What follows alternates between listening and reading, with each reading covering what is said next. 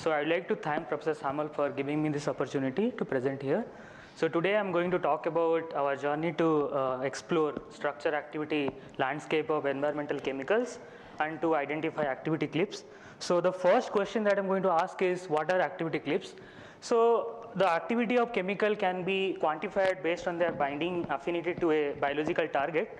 And if you have a bunch of chemicals which constitute chemical space, and you take all the pairs of chemicals and compute their activity difference, and that can be visualized on something called structure activity landscape. Now if you have chemicals which are very similar, but activity wise they are very different, so that particular chemical pair can correspond to a sharp peak in the structure activity landscape, which is basically called activity cliff. Now what is so important about activity cliffs, and why should we care about activity cliffs? So that answer is given by this editorial, which is published in 2006 by Professor G. Maggiora. So this editorial talks about the fact that activity cliffs are very much inherent in chemical data sets, and if you are building QSR models, this QSR model relies on similarity principle, which suggests that similar chemicals will have similar property. And if your training data set has activity cliffs, then that model prediction are going to be flawed, because activity cliffs do not obey the similarity principle. Now the question comes then, how to identify activity cliffs? So this particular answer has been given in chemical space, which is relevant for drug discovery research. But then the question comes, how about environmental chemical space, whether this kind of activity cliffs are being characterized or not.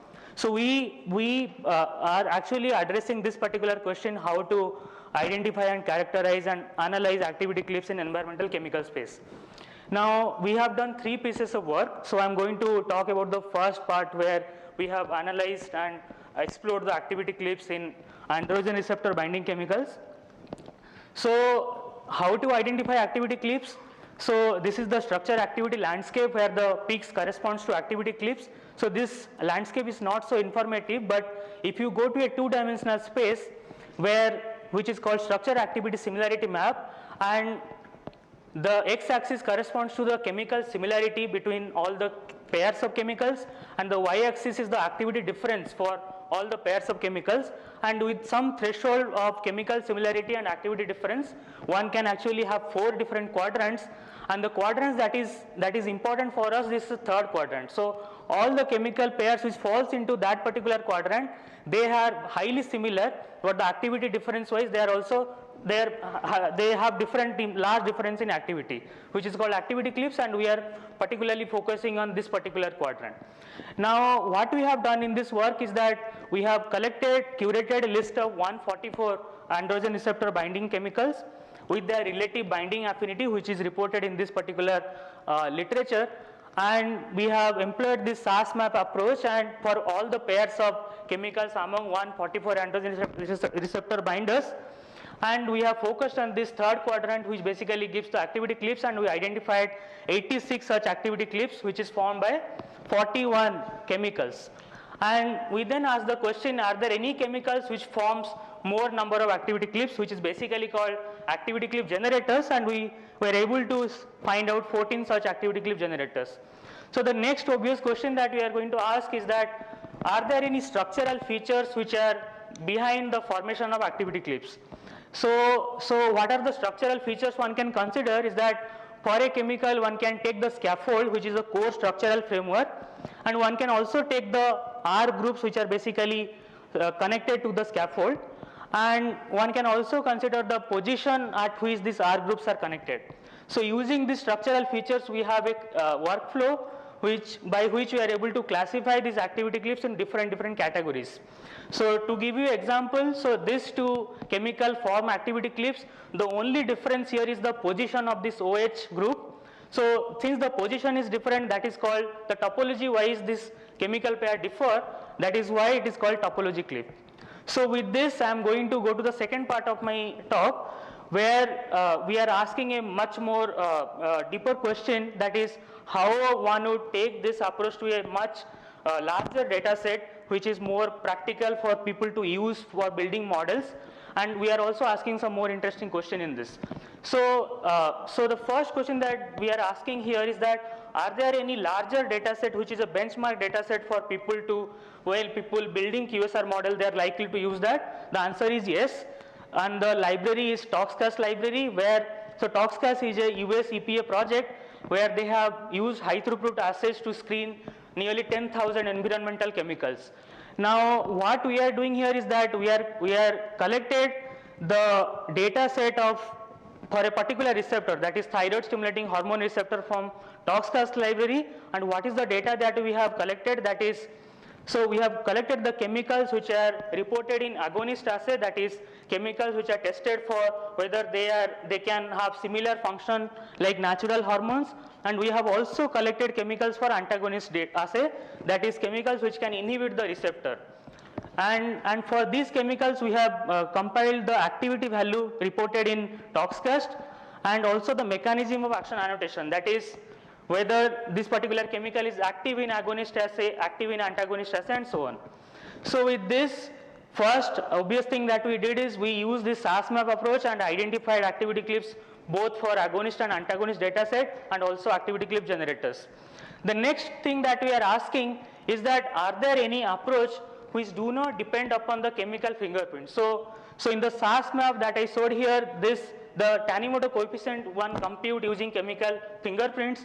Now we are asking, are there any approach where we can consider the similarity between chemicals but not with fingerprints? So the answer is matched molecular pair approach, where if you take two chemical, and if these two chemicals change at a single site, you call them as a MMP. So how to identify a chemical which satisfies MMP properties?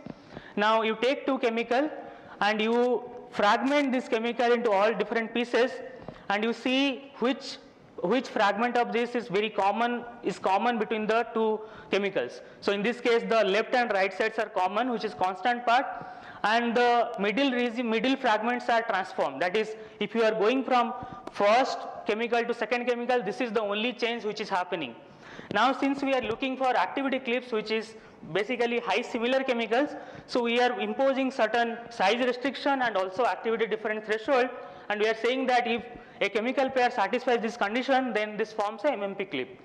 Now this is an example of MMP clip where this chemical and this chemical are same, the only difference is in this middle region.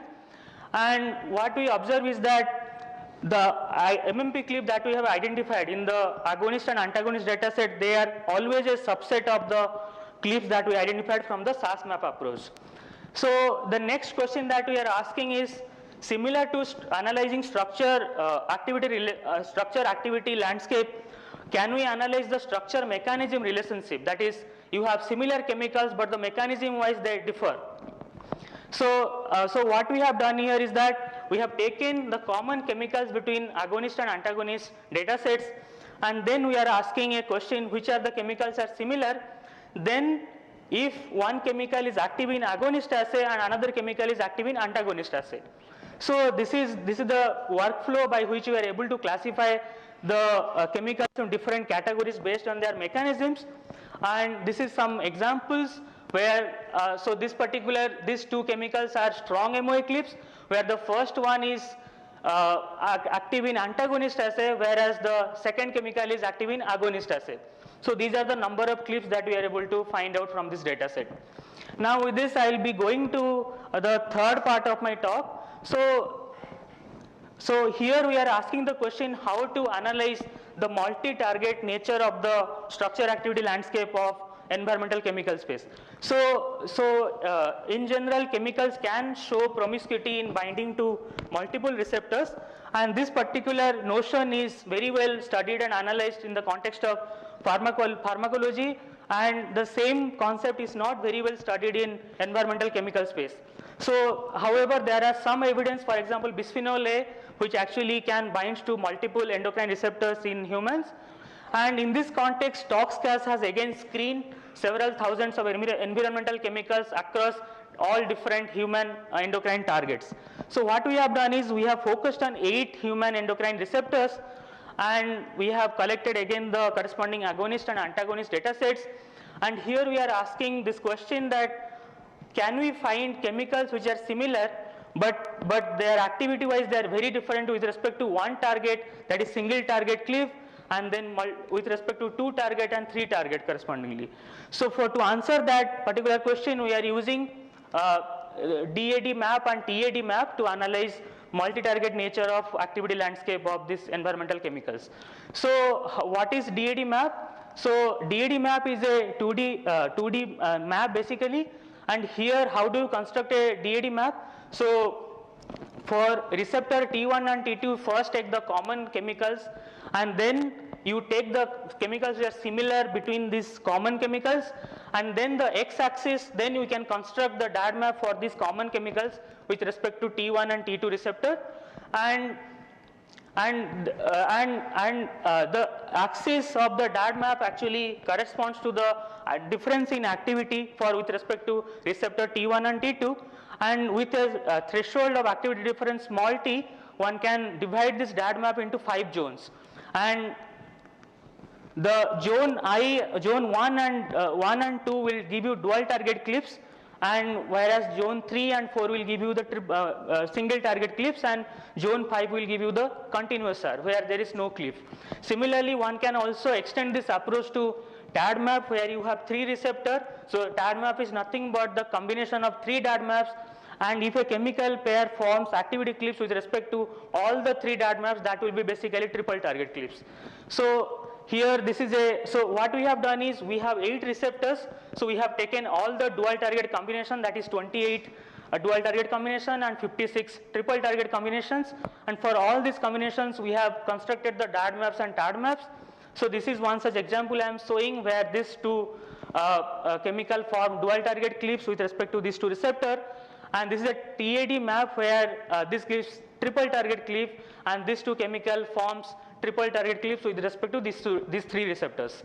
We have also used MMP based approach to identify activity cliffs for all possible combinations of targets, and what we observe is that MMP based cliffs are always a subset of activity cliffs which we identify from DAD and TAD maps. We have also classified the activity cliffs into different categories for all the different combinations, and we observe that the R group cliff, that is activity cliffs where you have scaffolds are similar but only the side chains, that is the R groups, are different, that is the maximum number of cliffs one can identify among all the activity cliffs. So in summary, so we have considered different kind of environmental chemical spaces, and we have analyzed their structure activity landscape and identified activity cliffs. We have also used MMP based approach to also identify activity cliffs. We have also analyzed the structure mechanism relationship and identified different MOA based cliffs, and we have also analyzed the multi-target nature of chemicals, environmental chemical space, and identified multi-target cliffs. So we hope that these insights will aid in the development of better toxicity predictors which will help in characterizing human chemical exposure. And these are the references where the first 2 papers are published and the last one is in bioarchive. And I would like to acknowledge my advisor and also my co-authors. Thank you. Thanks for staying in time. So this is more of a speculative question. So you are trying to identify specific activity cliffs for given chemicals. Yes. So if you take into consideration the structure or certain features of the pocket of binding of these things, do you think that you will make a much better increase in terms of prediction of what is happening? Yes. So there is a paper by Medina Franco, who is a very well-known person. So there is a paper titled Interaction Cliff. So it sort of talks about how protein in binding site interact with the different chemicals, and based on that it actually defines different kind of cliffs. But we are not going into that direction because we need the co-crystallized structure for that. Then only we can analyze that. So here, yeah. So it's a very interesting approach, but as a follow-up question, as it were, as you know, in GPCRs, the agonist binding site is distinct from the antagonist binding site. So how would you take into account that the binding site itself may be different? So, ma'am, so we have only considered whatever data set is given by the toxcast. So, toxcast actually tells which one is agonist, which one is antagonist. So, we have not gone into that area. We are just taking the binding affinity values which is given, and based on that we are analyzing. Right. I guess you're using such data sets where the binding site is coincident. Okay. Yeah, I mean, yeah. Right. Okay. Questions, so let's thank Ajay again.